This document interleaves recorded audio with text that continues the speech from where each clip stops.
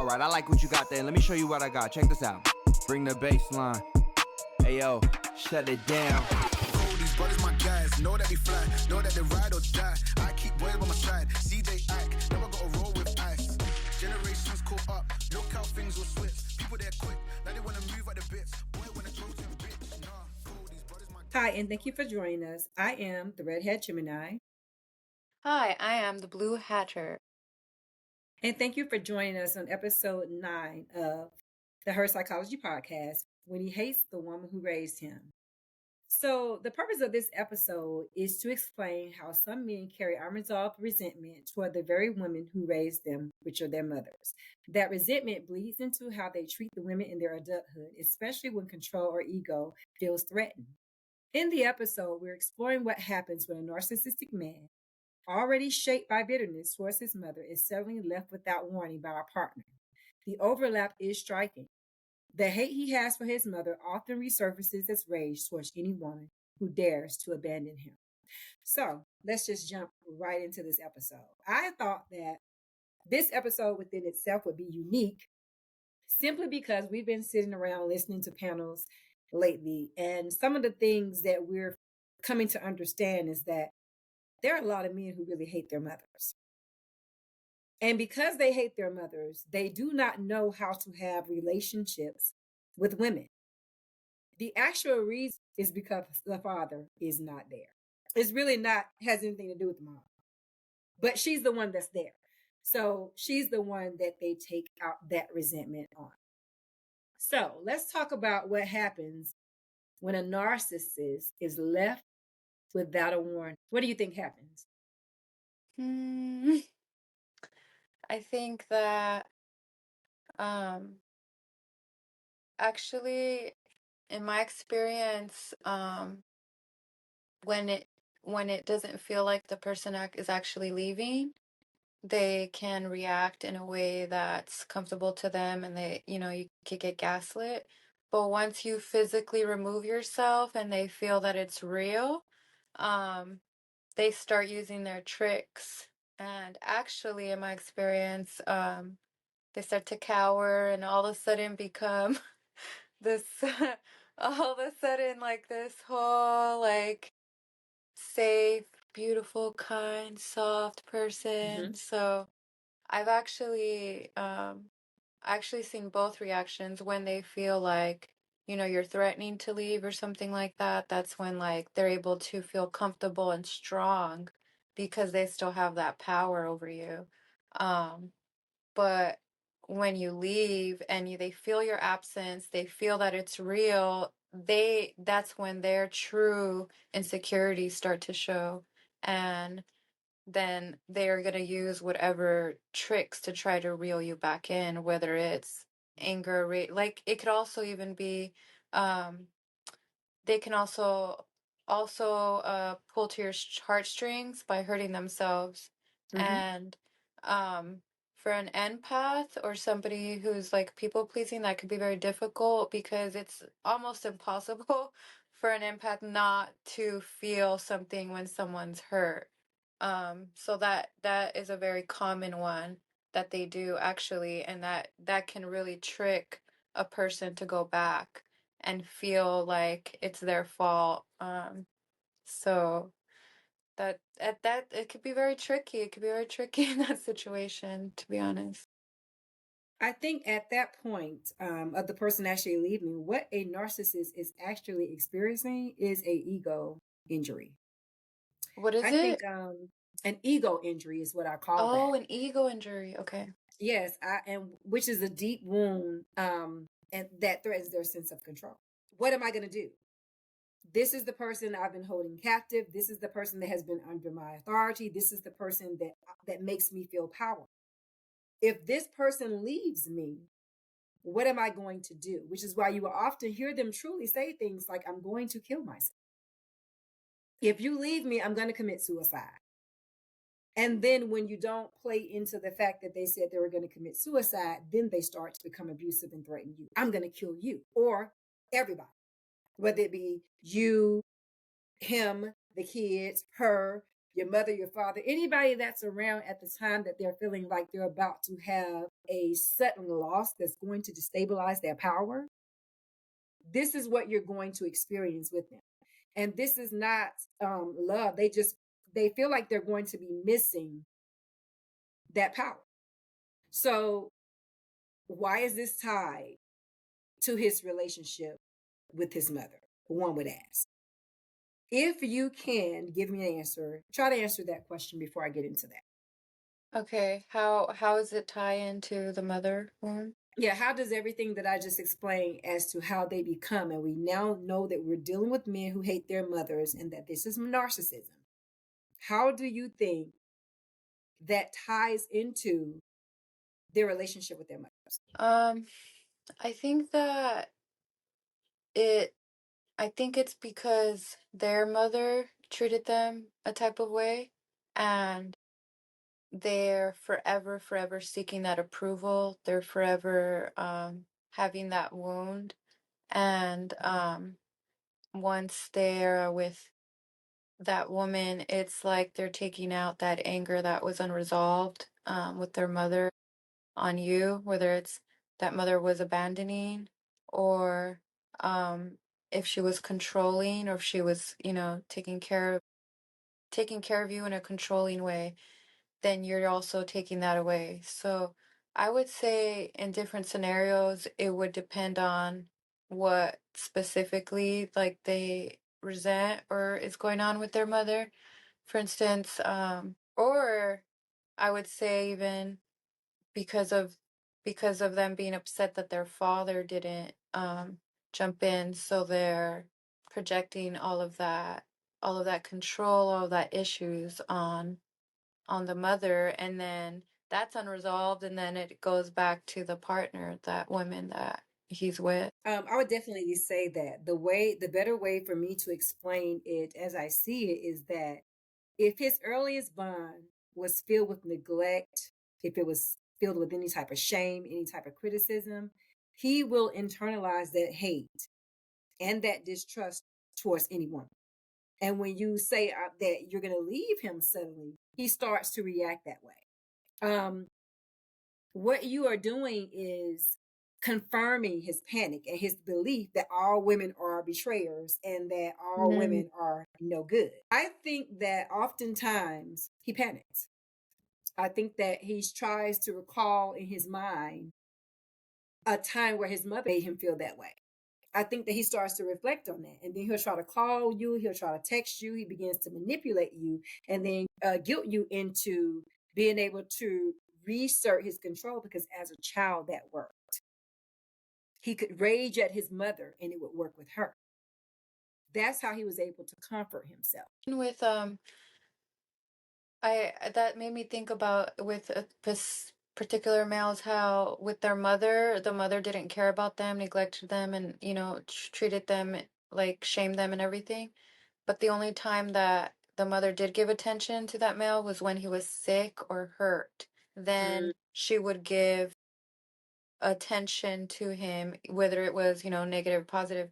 So I see how you're saying that that would happen too. So he would also try that with me, like, how you're saying how some of them hurt themselves, or even threaten to hurt themselves. So Mm-hmm. that's probably another example of that. It starts with the mother.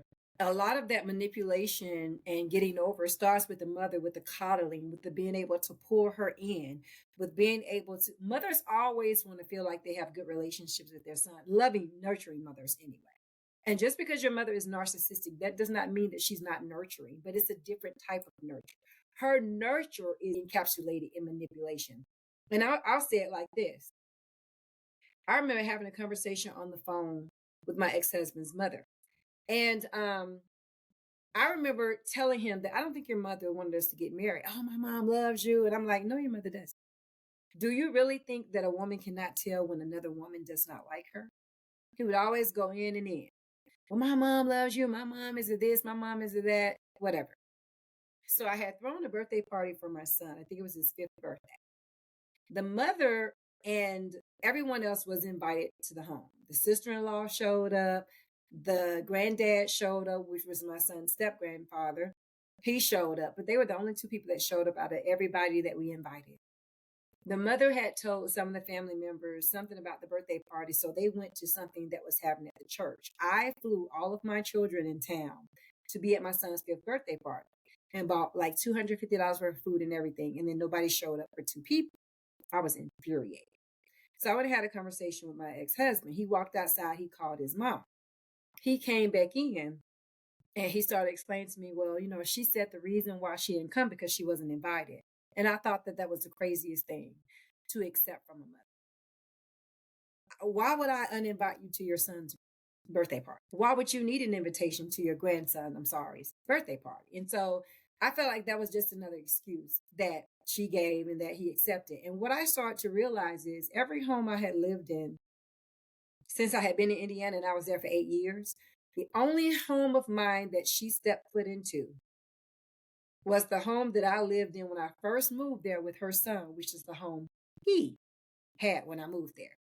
Every other place I lived in Indiana, I got the place and her son moved in with me. She never stepped foot into any of those houses. Not one of them. And then the very next time that she stepped foot in my house, and she really didn't have a choice at this point, I guess she did have a choice, but it would look really obvious then, was when they flew out to Las Vegas about 2 years ago. My son had a book signing, and she had to come into my home then. And she sat down and, because everybody else who came in town was with her was actually at my home. So it would have been very obvious at that point. And so out of all these signs, he would always simply just take up for his mother. And I started paying attention to that. And I understood that in our marriage, I came second and his mother came first. And although he thought that was a healthy relationship, it was actually dysfunctional. And I don't even think if he knows that to this day, but he and his mother have a very unhealthy relationship, because if he gets into a relationship with a woman and he truly falls in love with her and his mother starts to feel like his feelings for her are slipping because she's his mother, what's going to happen is she's going to run her off too. But I don't think he'll ever be in another relationship as serious as the one that we were in. I just don't think it'll happen. Mm-hmm. And so you get to see signs like that in men, and that it started with their mothers, the coddling phase, the he can do no wrong phase. Why do you think rage comes so quickly in a narcissist? I think because they lose control of the facade. They lose control of the story, the narrative that they've been the writer to, I guess. Like the main, when you're with a narcissist, they take over the whole narrative. And I think I think once they lose that, I think they just, something snaps, or when the illusion comes off, it makes them snap, because they feel like they've been, playing this part so long, and what are they going to do once the mask comes off? So once the mask, like, they can't just put it back on. Once you see it, it's done. Like how you went through an experience and you saw, and you were like, no, you can't. It's too late. Like, he already showed his colors. Right. And I think they know they slipped, they know they showed it, and they can't go back because you already seen it. I also know that it is because rage masks humiliation for a narcissist, and they can't bear to feel powerless. When they experience that with women, and they often experience that humiliation with their mother who raised them, it comes there first. Oh, and I okay. say it like this: most men who date women who are very assertive, dominant almost in relationships, you'll find that they are attracted to that, but those are the type of women that men tend to want to. Those are women that mostly resemble their mother. You can't humble your mother.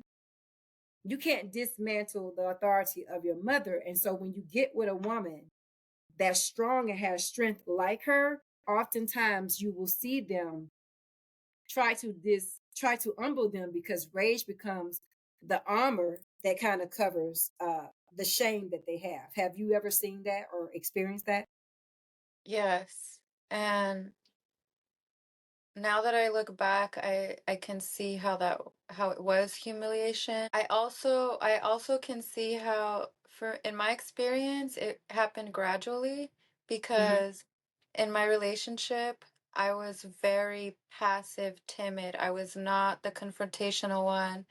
I avoided confrontation, and even when it did happen, I would try to keep the peace. So when I started on my journey to getting my voice back, or doing certain therapeutic modalities, um I started becoming very upset. I started speaking out, even if it was little things like, well, what's going on with this laundry? Or why should I be the one doing all the cooking? Or, really voicing everything that I was feeling. And a lot of that also came from hearing other women on TikTok and on these lives and being like, wow, I'm not the only one. Like, wait a minute, wait a minute.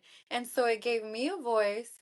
And as I started having that voice, it Hmm. started that my partner started getting upset, like, wait, where's this coming from? Like, almost like I chose you because you were the quiet, passive one, because you were easy to you were so malleable. I can just say anything and it could just be like, oh, okay, like, you're right, so when I started speaking out, that's when he started feeling that rage, that humiliation, that reaction, because he was like, what are you? And then that's when he started attacking me and saying, "Oh, well, you're acting like my mom," or stuff like that.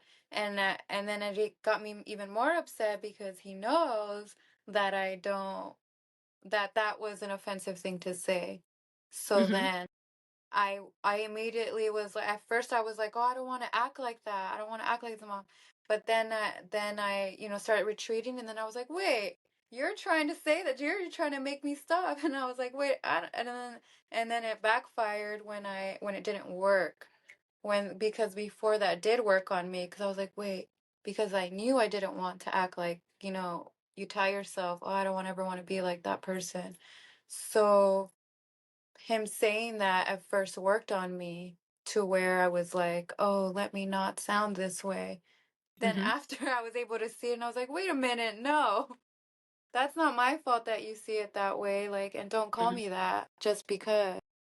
I was just thinking when you were talking, I was thinking back to there were times in my relationship with my ex-husband, because I had, of course, shared things with him about my past. And so when I would have a reaction to something that he did, he would often refer back to my past and say, oh, you're just treating me like that, or you're just saying that about me because of what happened to you in the past.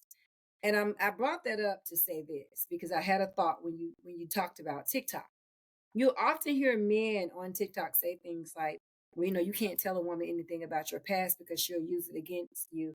I can truly say that I in my relationship with my ex-husband never used anything against him that he brought up from his past. And even though we never really talked a lot about his past, I'm gonna be honest with you, I was with this man for almost 20 years and I didn't know a whole lot about his past. I knew about, how he grew up a little bit, but like things that I could manipulate him and use against him, what he was saying when we would get into certain disagreements, what the narcissists say. I'd never done that, but he did it all the time. He would do it Yeah, every single time. Every single time that he wanted to get out of something, he would try to invalidate what I was saying by blaming it on the past and then saying to me, you're just blaming me for that. And I remember one time we had a conversation, which is actually what set this off, and he did it all the time. Was I said I went in the corner of a room and I was sitting there writing, and then I came back into him and we were having a conversation. I said, "Look, I want to apologize for something. The way that I went off, it wasn't warranted, and so I just want to apologize for that because I had to check myself when I said that to him, and that was just about one particular thing that we had a disagreement over. Every single time that he did something, he would use that I said that and say, you even said that you, he was using my apology against me every single time he did something where he wanted to invalidate that experience. I wanted to say that a lot of times when you see a narcissist, panic start to settle in, then they would start to scramble for the new supply. And it's because they're seeking out validation like they did as a boy with their mother, and the fact that she couldn't give it to them. So when you're in a relationship with a woman and you know that she's starting to get her power back because now she's fighting you back on every word, she's fighting you back physically, she's thinking, she's gone back to school, she's making, you no longer are controlling her. She's risen out of the fumes from the gaslight. He's going to try to find somebody else to fill that void, not for love, but for reassurance that he's still in control. Do you find that to be true? Yes. Can you think of a time or an experience? I think it's, I don't know. I feel like it's a little bit mixed up right now where Okay. where I feel like I feel like it could be both, where it's like the people that the people that are helping in a situation are also the same people that um hurt me in the past, and then if they're all on the same page, then they, create that control back. Because, and not necessarily like with partners, but let's say like I have a partner and Mm-hmm. he knows that I have this sensitivity with my family. So then, bringing them back in, or or in that situation, I could see how they can try to use that, to feel control, because they know that my family, is a Mm-hmm. sensitive topic. Why do you think that narcissists smear your name? I think they do it. I think they do it so because they're fearful of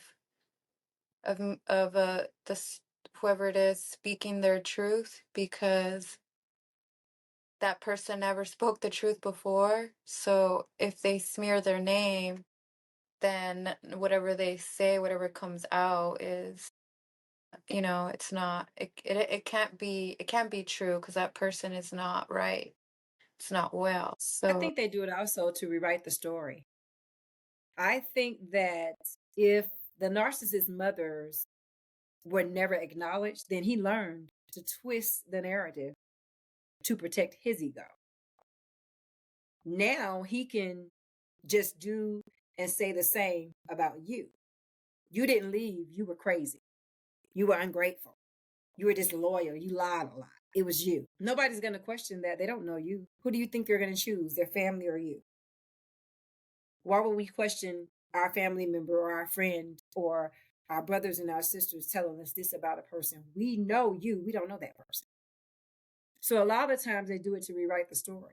And not long after they rewrite that story, they begin to circle back to you because they haven't quite found another supply. But they're going to come back around and see if you're still stupid.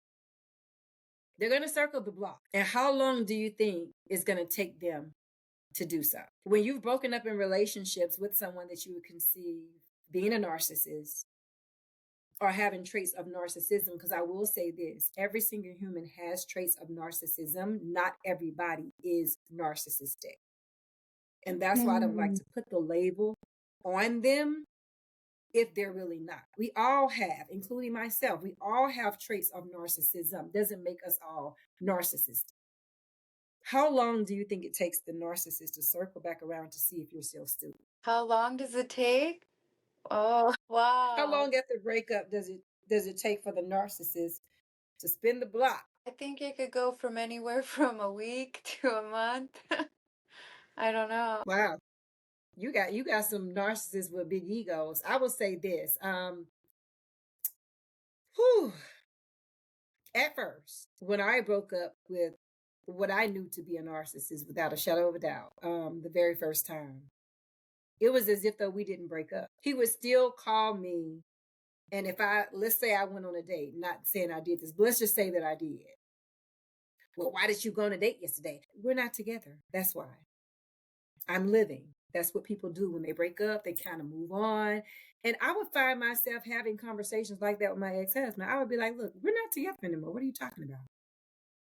If you're calling me about this, why is this circling back around to you and I? You and I are no longer together. So in their mind, they still have control over you, especially when you have been in a relationship with a narcissist for a long period of time. And we were together for almost 20 years.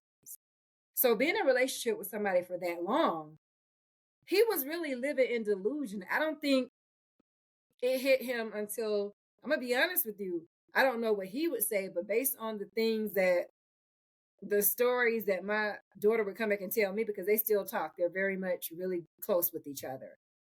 It took him years to get over it. And I don't even know if he's over it now, because even in certain situations, all I hear when we have conversations is resentment. Like, I'll call him for one thing, usually about our son, because I don't really talk to him.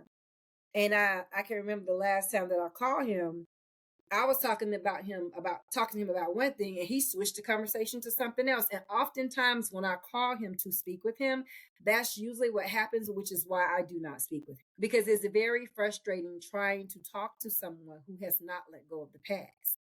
And until he heals, get therapy, and get rid of whatever resentment that he has towards me, we're not going to be able to co-parent effectively. And I say that to him all the time. Like, I have moved on and I'm living my life. I'm in the best position I've ever been in my life. I feel whole, healed as a person. And every single time we have a conversation, it's like a dark cloud just comes over my head. And it's like a gloom. I can't even describe it. I can't describe it, but that's the effects of a narcissist. Yeah, that's it. That's what I'm going to describe it as, the effects of a narcissist. So a lot of them never even leave to circle back around. They're stuck. Yeah. And until they date someone else that is comparable to you, that they're able to use as a supply, because if you get with somebody considered like a pick-me, that's not going to help a narcissist. They don't care about pick-me's. They're too easy. You're easy prey. But for someone who's not a pick-me, that's very strong, very assertive, they're going to stand their ground. That's who they want, because they want to break you completely down so that they can build you back up to be what they want you to be, which is oftentimes beneath them. Sometimes it does take them weeks. Sometimes it takes them months. Sometimes they hover over a new supply, much like a child running back to a parent after rebelling from them. And it's less about love, as I stated before, and it's more about the recycling of their control. Why does he feel more anger than sadness when you leave him, do you think? Why do you think that? I think it's like a severe ego wound, but also like that. I don't know. I'm thinking it's like the lack of control. Like, you have this grasp and then you don't have it anymore. I would tell you definitely that it's more about vulnerability. Oh, and that really? anger is safer. Anger is safe for a narcissist because it allows them to feel What? powerful rather than being exposed. But vulnerability reminds them of being powerless as a child. And so something that they swore they would never be again. So it's more about vulnerability than it is about feeling what you said. It's not even about being Wow, you anxious. know what? Oh my God, I seen this like live. Okay, so I seen a particular person very angry and just like boom, boom, boom going back. And then once he felt like I was not giving in, and it's like I seen it like literally live, just for him like fall apart and start crying and just being in that vulnerable state and just being embarrassed. Like, yeah, it had nothing to do with that rage and like me being defensive and him trying to go back. Actually, he feels stupid and he started crying and just that's where I saw like the actual truth of it all. The shame and the Mhm. humiliation come out. I was like, "Oh, wow." So, it's actually this is really what is behind that mask. Yeah, they don't like to be vulnerable. You often find that most narcissists are not vulnerable people because relationships are about a battle of dominance for them. And if you leave first, then they're defeated.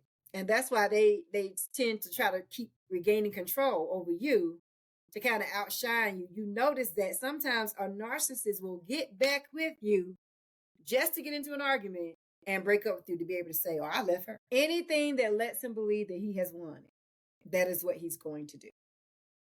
Have you found that to be true in certain situations, even with your people that you know, that you feel a narcissist or have high traits of narcissism? Yes. In fact, even with relationships that aren't romantic, I notice that they get their power back when I'm in a state of crisis. It and I found that to be kind of creepy. I was like, wait, where almost I see them kind of smile at my crisis and my pain, like, I'm here to, save you. And like it, I don't know, I felt that, I saw that and I felt that to be, I almost didn't want to believe it. I was like, wait, why? Why are you reacting this way over my crisis? Almost because they like to feel needed, they like to feel in control, and Mm-hmm. I'm in denial of it a little bit, to be honest. I'm like, wait, what? I'm mourning this because I didn't want to believe it. I thought that it was something else. No, that's definitely what it is. Why do you think that most narcissists confuse control with love? Why do they confuse it? I think that they didn't receive healthy love as a child. So they, I don't know, I think that they might have created these unhealthy behaviors that they think is love, and it's not. In fact, the person on the other side dealing with the narcissist also is confused because they think that person is showing them love, and that's not. So That is a part of it. It's also that love in their childhood may have been conditional. It may have been a conditional love. If attraction was tied to obedience where they were concerned or performance, then they never learned real intimacy. Only a power exchange because everything was based on conditions. You often hear men say stuff like, women have conditional love. They have to be giving you something to receive something, but they're basing that perception of women from their mothers because every mother's love is unconditional. Your mother is going to love you no matter what. Most mothers who want to be mothers who are born mothers. I don't know any mothers who haven't shown unconditional love to their children. And the problem is when you get into a relationship with a grown man that is supposed to be your partner, that you are in cooperation with, not submission to, he wants you to show him the same love that his mother shows. And there is no love in this world that is based unconditionally besides the love of a mother. Because if that were true, even though the Bible says that you can get a divorce due to adultery, that's a condition. That is a condition. So that shows you that no love is going to be unconditional.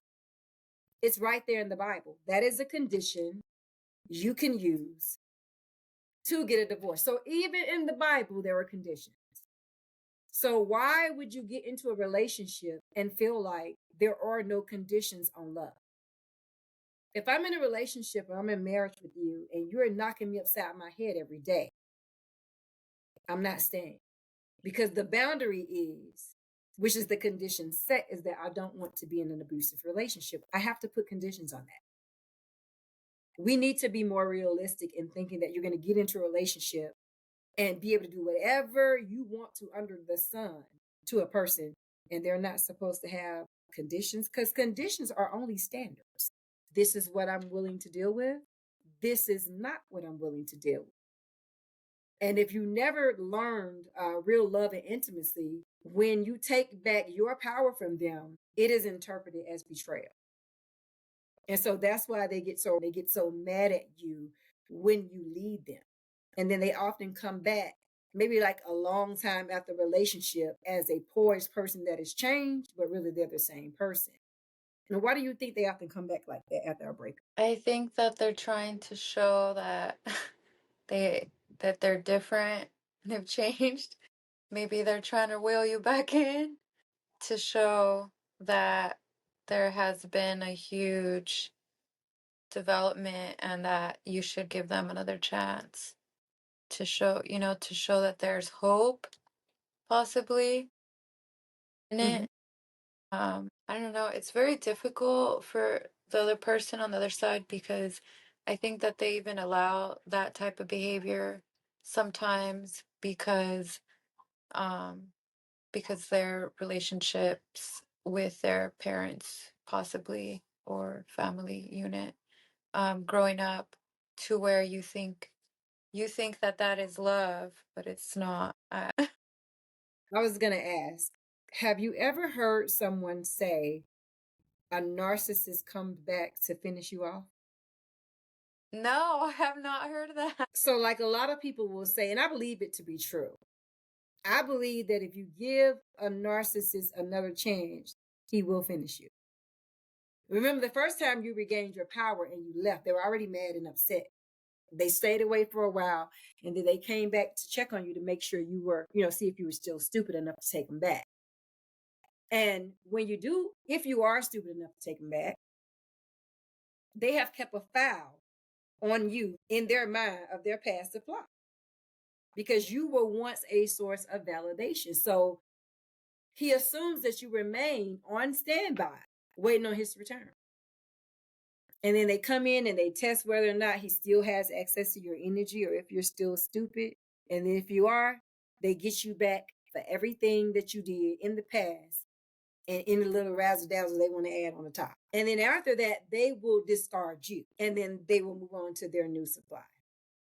Now that I have seen happen. And they come back in with a lot of love bombing and I'm so sorry, all of those things.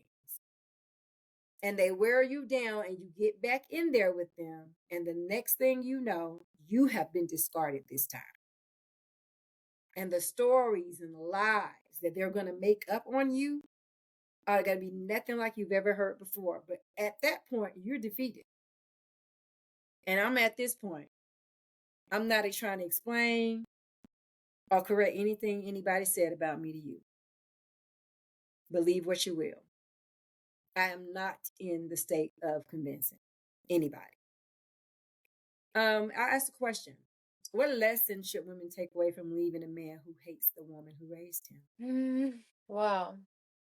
I think the very important lesson is that you cannot fix this man. You cannot heal him because a lot of times they attract empaths or strong people or people that are even in the healing field.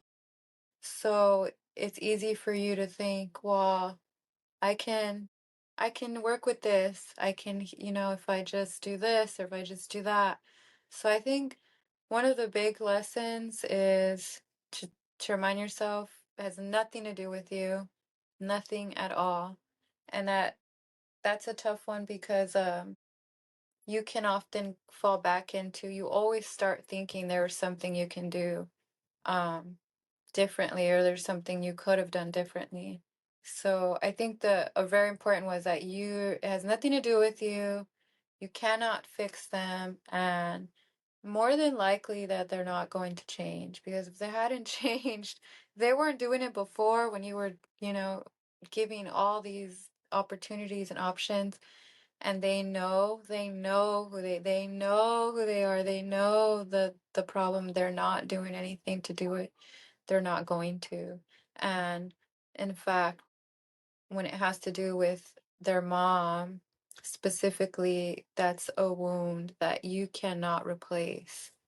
And that no amount of love and no amount of anything is going to do it. That has to be a whole journey with them. Even if they decide, because that could be something that they can throw at you. A narcissist can be like, well, I'm going to go in therapy. I could do in therapy. You tell them, good, I'm happy for you. Let them do that work. let them be in therapy for 5 years and see. Do not be a part of that, because that could be something that could pull. We're like, wow, they're gonna try it. That's also that's also a form of love bombing, because you're trying to, they're trying to get you back in.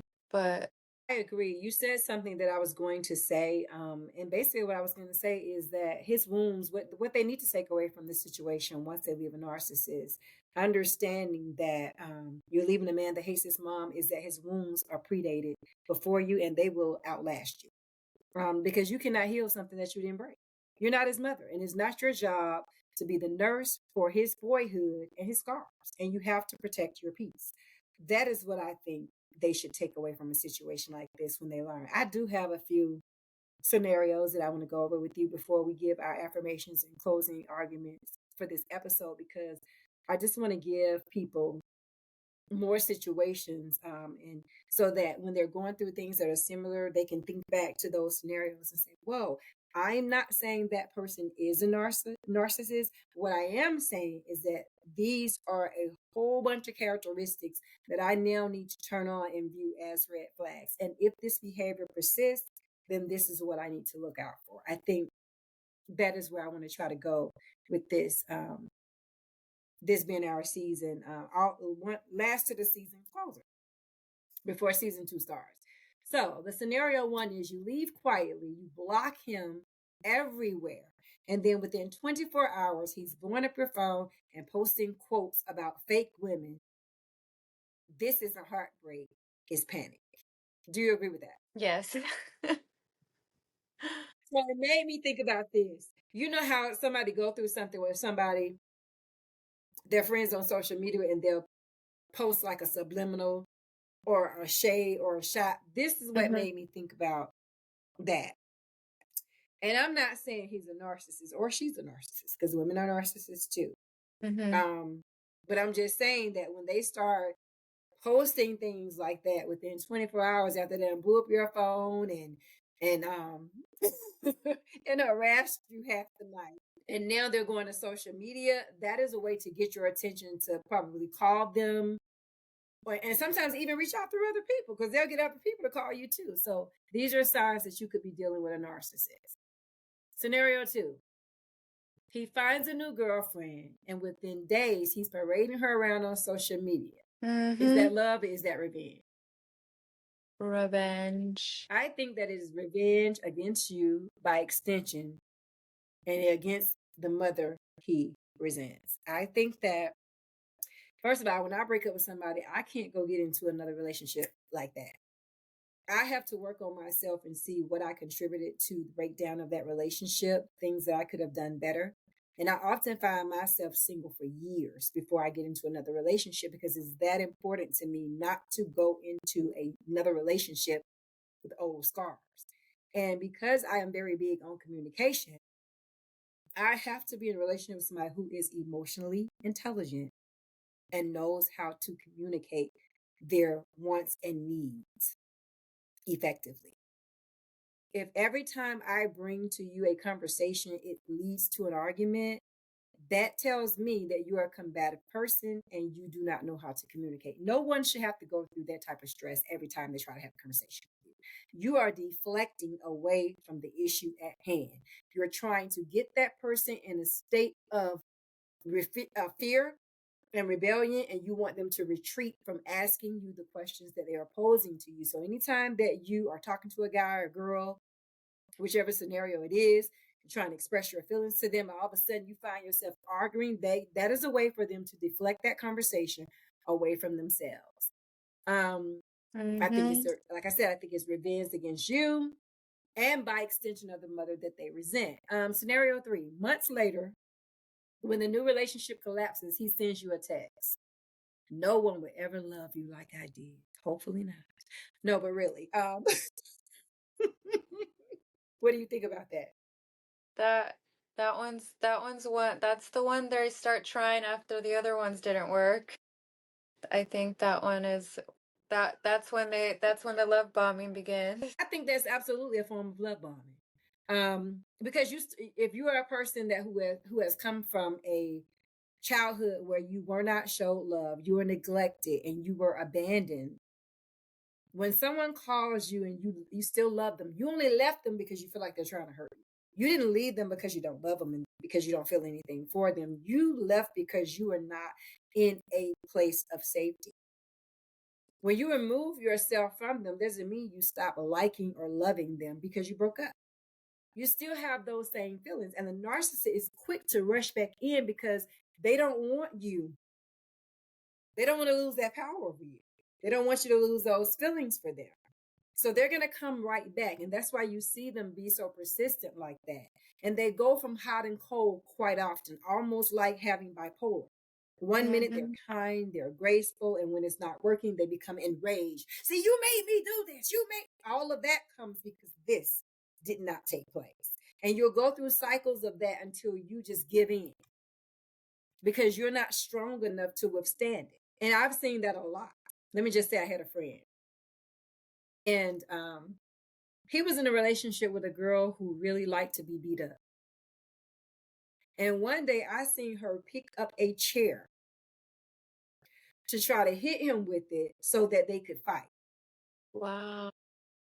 And when he didn't, she was like, well, you don't love me because you don't even put your hands on me. And I thought that was the craziest thing that I'd ever heard. And at that time, I was maybe 19 or 20.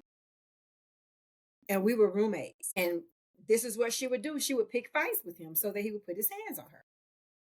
He would never do it, though.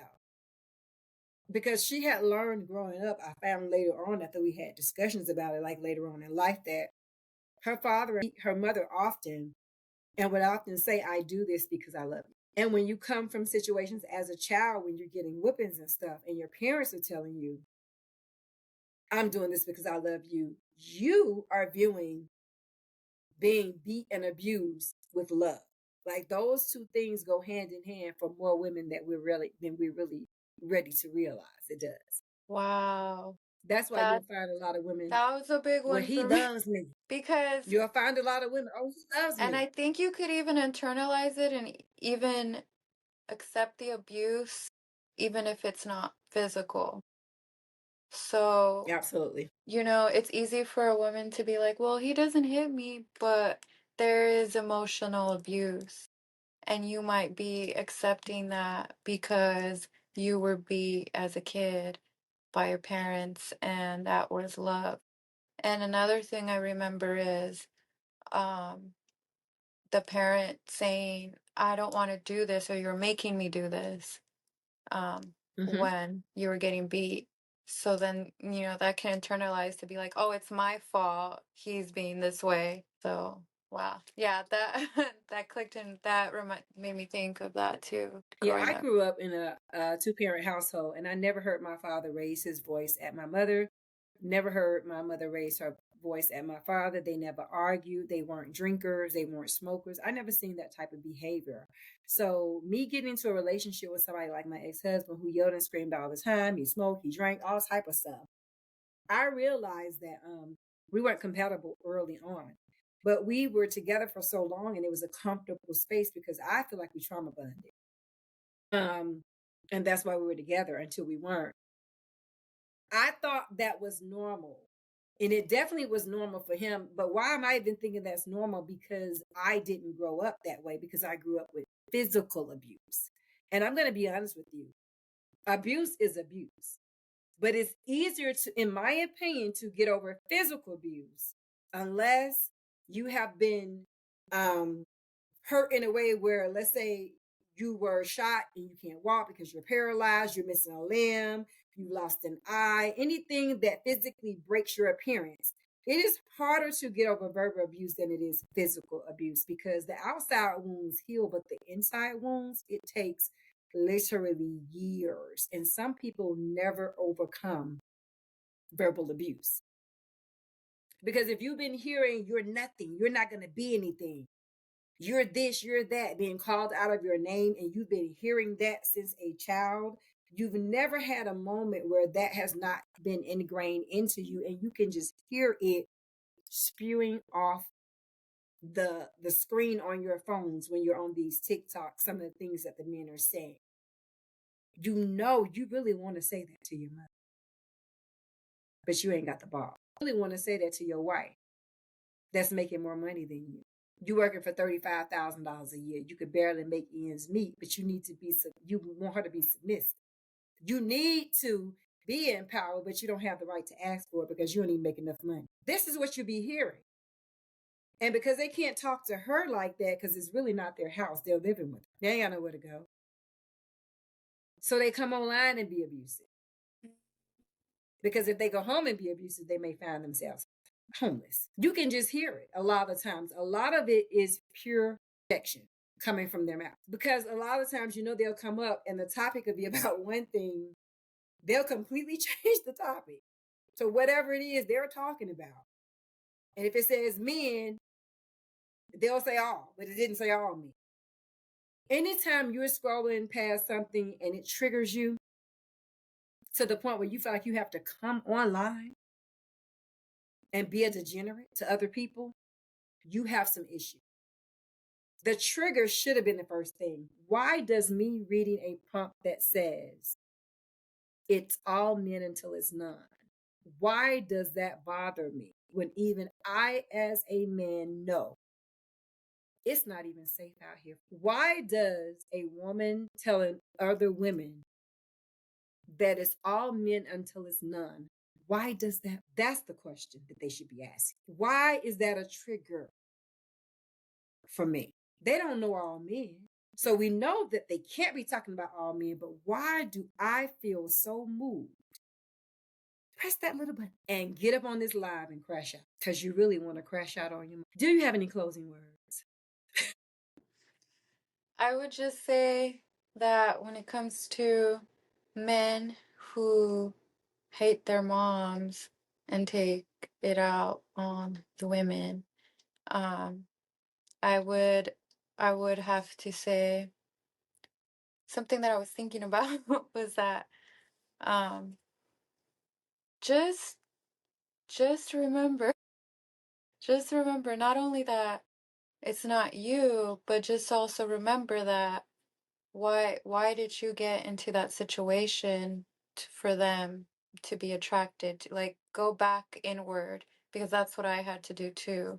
Um, and I'm continuing to do currently, is that figure out why did you attract that? How were they even able to, get to that point?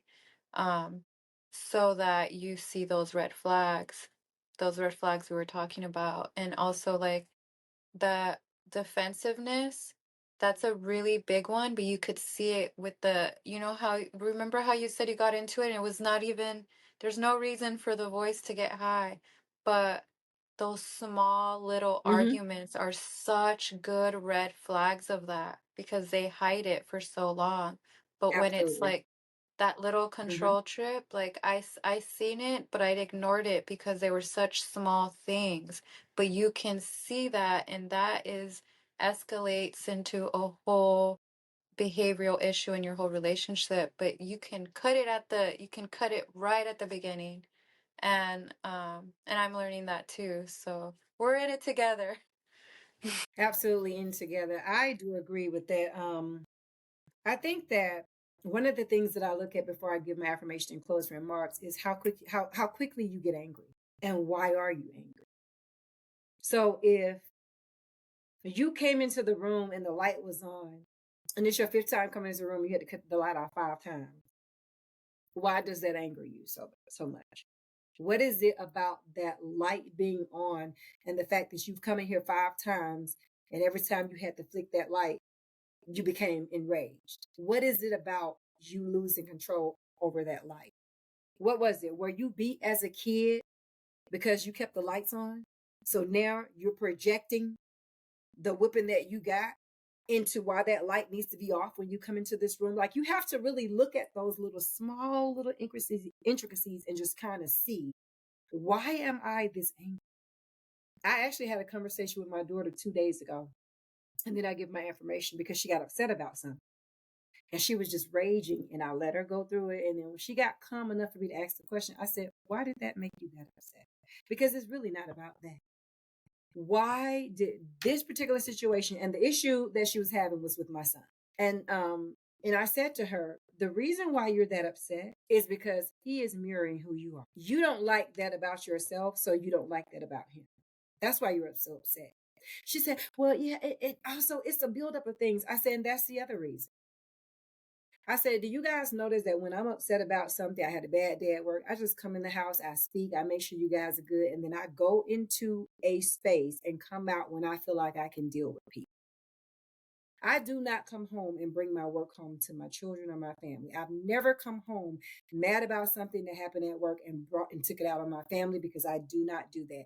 I could be in the next room arguing with my daughter, and 2 seconds later can walk in here. You would never know, if you didn't hear it, that I was arguing with her, because I know how to compartmentalize who the issue is. And so after I had that conversation with her, she calmed down and she understood. But you have to be able to regulate your emotions in certain situations. You can't always fly off and rage out. You have to know how to control your emotions. That is the climate that we're in right now. My affirmation is, I am not responsible for healing the wounds I did not create. His hate for the woman who raised him is not my burden. I choose peace, safety, and freedom. Here are my closing remarks. When a man hates the woman who raised him, every relationship he enters in is marked by suspicion, anger, and unresolved wounds. When you leave without a warning, you trigger his oldest pain, but that pain was never yours to fix. Walking away is not betrayal, it's survival. And sometimes the most powerful act of love you can give yourself is leaving without an explanation, because he's already written his version of the story. Here are the recommended books for today. Will I Ever Be Good Enough? Healing the Daughters of Narcissistic Mothers by Carol McBride. What? Disarming the Narcissist by Wendy Behary. Adult Children of Emotionally Immature Parents by Lindsay C. Gibson. And The Human Magnet, Syndrome by Ross Rosenberg. That title, Will I Ever Be Good Enough? Healing the Daughters of Narcissistic Mothers, that I just saw, I think I'm going to get that book and read that book, because I absolutely feel like my mother is a narcissist. Like I said before, I can go down the DSM-5 and just check her off almost without her sitting in front of me. But yeah, I do think she is. I would like to thank all of you for joining us today. This is the next to the last episode for season 2. I am the Redhead Gemini, signing off. Thank you for joining.